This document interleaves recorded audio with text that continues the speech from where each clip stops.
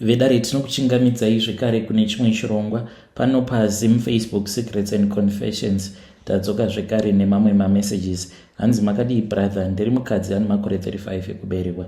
Ndainge ndakamboroorwa before asi musha wakaramba kumira. Izvezvi ndava nemumwe murume, ndava ne2 years ndaroorwa. Ndinokumbira kubvunza kuti zvinoitawo here kuti mwana wekuprevious marriage atishanyire pama weekends kana asiri kuenda kuchikoro. Ipapo hangu handina dambudziko zvakanyanya nekuti anenge achigara nguva pfupi, asi panozovharwa zvikoro ndipo pandinoita se ndichazviuraya neshungu nekuti anouya holiday yose kusvika yapera. Mwana uyu ari mugrade 2, saka hepano pane dambudziko. Mwana uyu paanouya amai vake vanenge vachifonera happy everyday kuda kuziva mwana ari sei, but manje nyaya dzacho dzinozotaurwa zvekutodarika 1 hour kunenge kuchiri kutaura zvemwana here kana kuti vanhu ava vagara vanodanana asi vanotya havo kubuda pachena. Dzimwe nguva murume ari pafoni ndinotoona kuti nematarisiro aanenge achindiita anenge ava kundinyeya, or sometimes kakunyaririra kake kanoratidza kuti audzwa masweet words asi ari kutya kupindura nekuti ndiripo. Zvinondishungurudza zvakawanda mukomanashi, asi ndinoshaya kuti murume ndingamubvunzawo sei zvisina kumuofenda, nekuti paanozobva pacall unenge uchitoona kuti haasi kuda kubvunzwa nekupfinyamisa face kwaanenge akaita. Misikanzwa ine mwana wacho, but handitombomurove hangu, ndinongomutarisa. Matoizi ese akapera kutsika-tsika achipwanya, angosara mashomanana. Apa baba vacho is insisting kuti ndinotenga mamwe. Zvinoitawo here kukuudzai chokwadi bonde chairo hapana kana mwana uyu aripo, nekuti anenge achitoda kutorara pakati pedu akaguguchira dhedhe vake kunge katsoko kari pana mai vako. Ndibatsireiwo nemazano mukoma, ndibatsireiwo mukoma, it is agent. Ndajamba period. Apa murume ari mhiri kwemakungwa. Zvakaitika ndezvekudai, so murume atokwanisa gore asipo. Mwedzi 3 yekutanga ndainge nditori bo, ndakazoti ndadongorera mwedzi wechi5 ndakanyatsonzwa kuti uturu wainge watotanga kundimomotera. Sezvisinei ndakatanga kubuda, ndainge ndisingagare pasiba, ndainge ndongoronga rwendo rwekuenda kutown chero pasina chandaida kutenga. Asi zvinoita Mwari nekunaka kwese kwandakaita hapana kana aimbondimisaba. Rikaindiseke hangu, ndakaita pfungwa dzekuenda kunotengesa muviri wangu kubhawa, asi ndakazozvidzora hangu. Zvisinei ndakazoti mumwe musi ndiri mumba hangu ndikati regai ndimbonotenga muriwo, mavheji ekusanganisa muriwo wandaibika. Pakudzoka ndipo pandakamirirwa neimwe motikari munzira zvikanzi nemurume aidhiraivha, pindai ndikuperekedzei. Ndakaramba semunhu ainge atova pedyo nekusvika, asi kuramba kwemunhu ari kuda kunooneka. Ende ndinotoona kuti varume vose vanenge vakapaonera ipapo. Akandinyengerera kwenguva refu ndichiramba. Sezvisinei akazokumbira nhamba ndikamupa.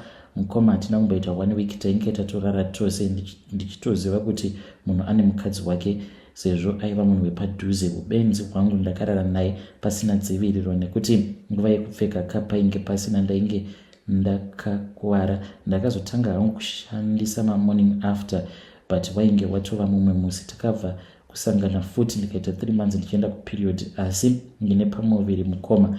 Mwedzi wechi4 ndiwo wandisina kuzoenda kunguva, but pese apa ndaienda, but ndiine pamuviri.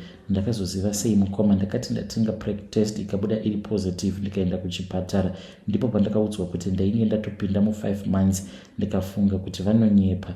Ndakavaudza kuti pese apa I was going period, vakati it's 100% possible kuenda kuperiod munhu uchitoenda kumwedzi asi uine pamuviri. Saka ndakazobvunza kuti abortion inoita here, vakati it is now high risk. Ndafunga kuita chero zvandaita, nekuti handingamboiti mwana murume asipo. Hama dzacho dzinoti kudii, mai ndapererwa, ndibatsirei. Ehe hangu ndakahura, but rubatsiro ndirwo ruri kudiwa for now. Ndanga ndasiyirira kuti pandakazvitesta nhumbu nekuda kwestress, ndakasiya kachubhu kacho mukitchen. Munen'ena wemurume paakazouya akakaona, haana kubvunza kana kutaura chinhu ba, ndisingazivi kuti ari kufungei kuudza mukoma wake here kana kuti asi ndaona ndamupa vhara muromo ombofanira kusakura ndima hake. Ndakamirira kuita zvimwe kuda ndikataurirana navo vatori neplan iri nani bamunini vangu, ini ndichityira hangu kure. Asi panopera rino week ndinovimba vanenge vava kutosakura havo ndima chikomba. Hapana zvandati ndaichiudza hangu, since anga asingatozivi kuti every month ndanga ndiri kuenda kunguva. Ndibvunzireiwo kuti zvandakaudzwa naDoc ndizvo here kubva kune vedare renyu, kana kuti chiremba akapotsa nekuti mimba iyi ikaramba iripo musha wangu waparara. But bamunini ndodonha navo chete. Kana ndichisiya imba naivo vanotofanira kutopesana nemukoma wavo, nekuti handingadonhi ndegazve zvibude. Another thing, chikomba ndodini nacho nekuti munhu ane mukadzi nevana vake. Kumuda handimudi, ndaingoda kubvisa huturu hwainge hwandibata nekuti ndainge ndanzwa bhata. Vachanzwa nyaya ngavasazondituka, asi vawanze kubatsira pamberi. Ndinotenda kana muchinge mazondibatsira. Vedare ndo message iyo yandakatumidzirwa ichibva kuna vahanzvadzi vedu. Zvakangoma hazvo vedu we. Ngatizamei kuti tinge tichitaura navo mucomment section vahanzvadzi vedu ava. Zvamunotopenga nai vahanzvadzi. Munomhanya chaiko, kunonzi kumhanya chaiko. Hanzi iro wiki rino risati rapera ndinenge ndatodonha navo bamunini ndatovapa vhara muromo. Zvakangoma hazvo. Rekedzaiti vataenda panyaya yedu inotevera. Nyaya yedu inotevera yakamira sekudai so. Hanzi makadi zvenyu mukoma, ndinokumbirawo kuti munge muchindiposterawo nyaya yangu makavigawo chitupa changu. Ininiwo ndakaita zvema-rituals. Ndakazvarwawo munomu muSouth Africa, but vabereki vangu vainge vachibva kuZimu, saka shona yanguwo munozongoita muchigadzirisa. But kana iri Ndebele, I can write that, but my mom was Shona speaking. So vabereki vangu vakashaika just before I married my wife a long time ago. Ndakamuroora iye when she was still a teenager. By that time I was just finishing my high school. Ndainge ndisina kana mari or to go to the university as my other peers. Saka ndipo pandakabva ndazodecide kuti zvainge zviri nani kuti ndinge ndichitsvakawo zvaikwanisa kuzondiraramisa. Since my wife was very demanding, I needed something that was going to help me raise the money on my own so as to further my studies, because I was very intelligent in school. So what did I do? I then borrowed money from my auntie, my father's sister. Ndokubva ndazotanga kutengesa makota. I started selling kota, in brackets. This is the bread with potato, fresh chips. Many South Africans knows it. So in doing my business, I saw kuti the profit was coming, but it was in small numbers. One mistake, then the business would go under. Ndopandakazosarudza kuti it was far much better for me to visit a traditional healer, which they call a sangoma, on how I can boost my small business. Ndakabva ndazotanga kutsvaka paya. I was told that even though I was trying to make it big each and every time, the reason as to why I was unable to get blessings or to try something new, it was because my ancestors, my father and my mother, their spirits, they were standing and blocking my way. They call it ibadi, which is bad luck, in my blood. So my success was going to be very difficult, and if only I could have my own other sister killed in a ritual, that is when I was going to be okay. Saka ndakati ndichifamba ndichitsvaka ndichibvunzira kunana sangoma vakasiyana siyana, ndaingoramba ndichingoudzwa kuti ndainge ndiine ibhadhi muropa rangu, saka ndaifanira kuti ndinge ndichitoita zvinoita kuchekeresa my little sister so that I can become a big businessman. So pane imwe ng'anga iyo yekudurban yandakazopiwa mafone numbers, takataura kweabout 3 months, ndipo apo pandakazoenda kudurban ndiine mari. Uyo mukadzi wandichangoti Mulambo, not a real name. So ndakati ndasvika kwekweya akabva ati iye ainge aine nyoka yaainge achida kundipa. Akandipa nyoka iyaiya. At first paakandirakidza nyoka yacho iyo yaainge akachengeta iri mune rimwe zihari, payakabuda nyoka iyi mukoma, kana kuibata paakati bata nyoka iyi, ndainge ndichinzwa kutya kuibata. I was told not to be afraid, I was supposed to be brave, but ndakangoti ndichingonoibata nyoka iyi, naiyowo yakabva yanyangarika. Saka sangoma uya akabva azondiudza kuti it was done. Ndaikwanisa hangu kuzodzokera kuJoburg. When I got home, everything was okay, but ndakazotanga kunzwa voices each and every night telling me not to be afraid. Saka voice iri rakandiudza kuti my little sister was going to die of stroke uye zvekare achazoita cancer the following year mukoma. Ndipo apo pandakanzi ndige ndichinyora zita rake, ichinoti new year, iniwo ndainge ndichinyora zita remy little sister ndokumuchekeresa uko kwandakazomuita. Mushure mekunge ndamuchekeresa ndakabva ndazonzi ndaifanira kuti ndige ndichitenga ring. Ndakanotenga ring mukoma, ende nemukadzi takatonetsana because ndokamwe kamari katainge tiinako mumba. Ndokubva ndaenda ndikanotenga ring inodhura, ndikanzi ndige ndichizonoisa ring iyoyo pamusoro peguva rake, kuri kurakidza kuti ndainge ndamuroora. About 5 months later, that was when I was told kuti ndaifanira kuti ndinge ndichizotangawo ka small business. Ndakatanga ka small business mukoma, ndakatanga spaza shop, ndokubva ndaita zvimaspaza shops zvangu zviviri. Kudzamara ndatova nemasupermarket maviri awo andiinawo. Zvino ndine dzimwe mhiko idzo dzandakanzi ndinofanira kuti ndinge ndichizotevedzera. Saka nemudzimai wangu hapasi pose patinokwanisa kuti tinge tichirara tose. Iyowo anotongogara akatsamwa, uye ndakatomupa mvumiro yekuti ange achirara nemurume waanenge achinzwa kuda, because anongofungidzira kuti ndine chirwere chiya chinokonzeresa kuti murume sikarudzi yake isazoshanda zvakanaka. Saka atori nemaboyfriends, iyewo zvinotomunetsa kuti anoti kana akaita chikomba chake chiya chinobva chatanga kurwara, then chobva chatofa. Kutaura kudai, so mukadzi wangu kubva pandakaromba ane maboyfriends 5 aakaita. Varume vose ava vakapera kufa. Kutaura kudai, ane umwe murume uyo waari kutodanana naye. Saka iye anoti kana